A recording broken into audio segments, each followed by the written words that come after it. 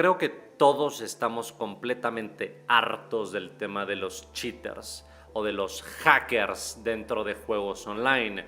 Que te hackeen una partida, que te la cheaten, perderla, perder rango, perder tu tiempo y demás. Esto es algo que lleva muchísimos años, no les vengo a vender el carro nuevo. Resulta que me quedé sin electricidad porque a un tipo se le ocurrió la maravillosa idea de no robarse uno, sino 2 transformadores de electricidad y como 50 kilos de cable. ¿Cómo? No tengo la menor idea. Bienvenidos a la TAM. Han pasado tantos años en el mundo del gaming que ya ver a un cheater en una partida que está haciendo spinbot el trompo y te mata con puro aimbot y el tipo es Jesucristo, creo que dejó de dar cierta gracia hace un tiempo. Antes era bastante chistoso, no les voy a mentir, pero ahora en vez de ser chistoso se vuelve algo tedioso y hasta molesto. Más si tu rango está en juego. Y tenemos otra cuestión aquí súper importante. Primero que nada, el tema de los anti-cheats. ¿Cómo funcionan? Un anti-cheat tal cual tiene una de 2 posibilidades. O ser un exe, un autoejecutable que todo el mundo conocemos, un cheto, ¿sabes? Te bajas un exe, esto va a inyectar el juego y con esto puedes tomar un montón de información acerca del juego, mucha metadata, muchos archivos que son críticos, etcétera. Muchas de estas cosas no se explotan porque lógicamente sería un baneo instantáneo, con coordenadas X, Y, Z, cosas por el estilo, para tener un wallhack o un aimbot y hacer cálculos. La única defensa es simplemente poner un anti-cheat que bloquee todas estas inyecciones, que dado el momento en el que tú intentas inyectar, si el anti-cheat detecta que estás haciendo algo que no debes o estás leyendo cierta información o escribiéndola, el anti-cheat te banea. Pero ¿qué sucede con la opción número 2? Los cheats o hacks que son basados en inteligencia artificial. Esto es un problema porque ya no es un exe que está instalado en la máquina. Ahora tienes una máquina que está corriendo el juego normal y de esta máquina tú sacas el video a otra máquina que está corriendo el hack. Eso es un hack. Regresa un output que se convierte en un input de la máquina principal. Esto pueden ser direcciones del teclado, puede ser movimiento del mouse. Literalmente, un robot está jugando por ti. Por ende, la máquina principal no puede ser intervenida porque nada está sucediendo en esta máquina principal. Todo sucede en una máquina externa que está mandando direcciones y acciones a la máquina principal. Entonces, los anti-cheats normales no funcionan. ¿Cómo solucionamos esto? Con un anti-cheat basado en inteligencia artificial. Si nos ponemos a pensar un poco de una manera lógica, creo que es bastante obvio que crear un anti-cheat de estos es bastante complicado. Meter un sistema de inteligencia artificial, un sistema de procesamiento de datos, de condiciones, de estructura de datos tan profunda que pueda definir, crear un perfil de un jugador en específico, mantenerlo y estudiarlo, pero sobre todo tomar una decisión correcta al final, banearlo o no, por qué sí o por qué no. Es algo muy profundo que honestamente se debe de manejar con mucho cuidado porque puede haber también falsos positivos. ¿Cómo se hace todo esto? ¿O qué significa para la industria o para un juego competitivo como puede ser Counter-Strike? ¿Cuáles son las afectaciones y cómo podría esto funcionar, mejorar o empeorarlo? Por ahora yo no soy ningún experto en el funcionamiento de anti-cheats a un nivel interno y de ingeniería. Por lo tanto, le he hecho una entrevista a AnyBrain. Son desarrolladores de anti-cheats basados en inteligencia artificial que grandes desarrolladoras del mundo ya utilizan dentro de sus juegos. Quise preguntarles algunas cosas que nos interesen a todos. ¿Cómo funciona? ¿Cómo pueden llegar a afectar el juego, para bien o para mal? ¿Cuáles son sus enfoques? ¿A qué nivel afecta el anti-cheat? ¿A un nivel kernel, a un nivel aplicación o a un nivel superficial? ¿Cómo funcionan todas estas condiciones y cómo nos pueden beneficiar a nosotros? Hello, nice to meet you. Yeah, I'm one of the founders of AnyBrain, and I'm also the CTO. Hi, my name is Anvu. I'm the CGO of AnyBrain. I joined the company a little less than 2 years ago now, in charge of all things that are not related to tech, essentially. Hey, nice to meet you guys. And of course, Seraphim is on the tech side. Thank you so much. I'm pretty sure my people is going to appreciate a lot the information that you're going to be able to give us, especially because it's like a really interesting topic and a really important thing for the whole industry. Me personally, I am a player, and I think cheaters are always a problem. Injections, exploits. If you could explain me what AnyBrain is working on, what you guys are working on, it could be like really helpful for me and my people. Yeah, so AnyBrain is it's like a little bit different from the traditional anti-cheat, let's say. So the anti-cheats that you were mentioned, basically so we are not on kernel mode, so we don't look for anything that is running on your computer, like files, process, like anything.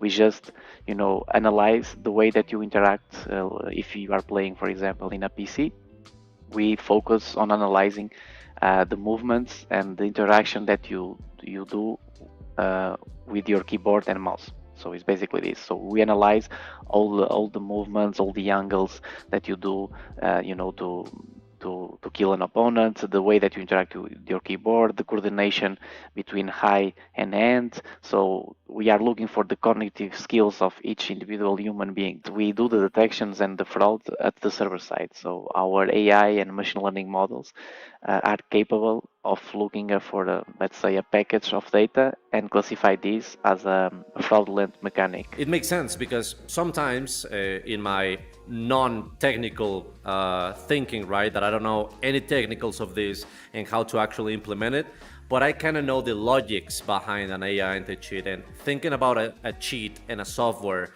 that could take you to point A to point B in 1 pixel, it's humanly impossible. You cannot do it even if you have like 7 million DPI in your mouse and flick. So I think this can be a really good solution. I have one concern about like this solution basically, and it's not that the anti-cheat is gonna become Terminator, because I think that we're so far away from that. We're getting a few questions like these, yeah. How you guys are gonna deal with false positives, right? I did a really crazy move, something out of this world, but it happened. It's non-human. I kicked my mouse on my keyboard and it did this crazy movement that I killed the guy. That can happen. How you guys are gonna fix that? So basically, right now, for example, this is like in our daily basis, we are working like this. So we are establishing like really high thresholds for the detections on any kind of cheating, to make sure that we oriented our machine learning models for a 0 false positive rate. This is the logic, and this is how we are thinking right now. Of course, it's AI. You can always get 1 false positive in the pipeline, but yeah, it's how it works. Awesome. Yeah, it sounds like you guys are not just gonna take one action, like this guy made a robot play, so he's gonna get banned. You guys are taking more a history, right, and an algorithm that has studied you before. Yeah. So that's why you were gonna make that decision. Okay. Yeah, I was just say with more data, we always can increase the level of knowledge that we have for each individual game or each individual player. So at the end, if we have more data points, we can have more certain of what we're saying, and our solution is working on a minimum level of knowledge. So we need some data points, we need to understand what is the mechanic of the game, the gameplay, to make sure that our software is really fit for this specific game. And even if it's a lucky situation, the system is able to understand that is a lucky situation. You know, in a matter of power, in a matter of control, how do you think this solution of an AI anti-cheat from you guys could help a game like Counter-Strike? But to answer directly your question, for example, for Counter-Strike, nowadays we have different types of cheating, since the traditional ones to the most creative ones. Right now we are seeing software that is based on the pixel level. So you have a secondary computer with AI. It is analyzing your main screen and then is sending instructions to your mouse to move accordingly. It's like a robot playing instead of you. If you think this is not even interacting with the client side, so it's impossible for Valve or anything that is installed in your computer to know. Are people using AI cheats right now or not really? Yeah, it is. I mean, that's kind of the reason behind AnyBrain, is that we anticipated and we saw that an evolution in the ways, the level of sophistication hackers put into the cheats they produce for games? We are working directly with the studios. We are just, let's say, a tool, a middleware that studios import to their games. So they are using our tech. It's not like a separate process or application that you can just download. Right. I take it as a really fair point, because normally when you want a good anti-cheat solution and a good anti-cheat level, you will have to sacrifice having this kernel level anti-cheat in your computer. So it is like, but in this topic and in this opportunity with AnyBrain, you're having a good level anti-cheat that can detect everything based on AI, but you're not installing anything in your computer. I think that is a plus. Yeah, we believe the same, and I mean, we'll see how it pans out in the future. Right now, we are seeing, very successful in-game integration, and we are showing right now that the solution works. But I mean, as you said, kernel anti-cheat at this stage is, in our opinion, one of the, especially if we are talking about the Vanguard one of the most advanced ones today. Even if tomorrow we are working directly with League of Legends, for instance, or Valorant, I think their own anti-cheat, of course, will always be needed, because again, it helps in mitigating lots of the issues out there. And usually, if we take again the analogy of the house, It's not just the anti-cheat or AnyBrain, is that AnyBrain helps other anti-cheats to be multi-layer protected, and that can be cool. I think it can be better to work together with the game itself and the integration that it has with your own anti-cheat, and you come as a overprotection, right? A second layer that needs to be crossed, and I think that's a better approach. What do you think it will be the best solution or the best punishment for a cheater? A cheater deserves to be hardware banned, or just account banned, or give it one chance? What do you think is your approach with this? yeah, I think this greatly depends on the capabilities you have. To clarify, AnyBrain does not punishment or apply bans, so we don't apply any kind of ban. We just provide the information to the game studio, and as you can imagine, each different game studio has different types of dealing with bans and cheaters. So As you know, we don't really necessarily advertise the customers and the studios we work with. We only do it with their own accord. But yeah, it's starting to change a little bit. We have more and more integration and lots of stuff coming in. So happy Yeah, to- and that's why I didn't want to ask you which games are you working on, because I think asking that question is kind of counterproductive, because it could give like this axis of attack, like, okay, these guys are using this, let me try to exploit it, right? So that's why I didn't do it. Yeah, no thank you. problem. Yeah, But thank you, appreciate and it was a really nice conversation and questions, and also these point of views. It's just good to talk with someone that is on the industry.